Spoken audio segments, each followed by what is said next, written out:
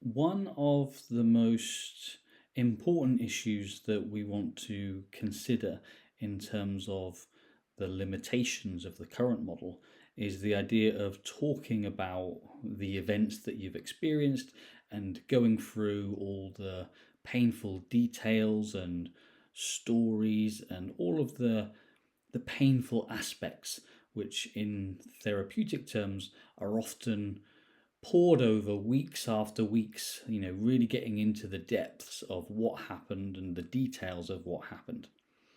Now, the most pertinent factor here is that when you go through the process of sharing all the details of the event that is painful or traumatic for you, it repeatedly reactivates the emotional memory image time and time again. And this can produce many of the thoughts, feelings, and sensations that occurred with the event, and it can be hugely distressing. Now, repeatedly revisiting and recounting traumatic memories can actually lead to an intensification of symptoms rather than actually alleviating them, particularly in the short term. And this is especially the case if the person doesn't have really strong coping mechanisms in place. Now, another key element in terms of actually what we want to achieve in terms of neutralizing the emotional charge is that the more we talk through a story, the more it solidifies or concretizes the narrative. So, the more we talk through a traumatic event or circumstances in a particular way, the stronger the narrative of the event gets. And the more solidified the event becomes, even if we are exploring our thoughts, feelings, and reactions to it in order to develop and grow, if we completely focus on and repeat our version of events from our perspective, it makes us less flexible and less willing to challenge our narrative, to challenge our perspective, and to reinterpret the event through a different lens. And this is really, really key in terms of neutralizing emotional charges. Now, talking through the details of an emotional trauma can actually trigger various different sort of symptoms, if you like. Intrusive thoughts, for example. So, discussing traumatic events can trigger intrusive thoughts and memories, sometimes referred to as flooding. And these can be overwhelming and make it really difficult for a person to distinguish between the past and the present, which causes a huge amount of distress and really disrupts daily life. So often we only think about the time that we have in the therapy session, as opposed to the impact that it has after you leave the session and then go out back into the world again.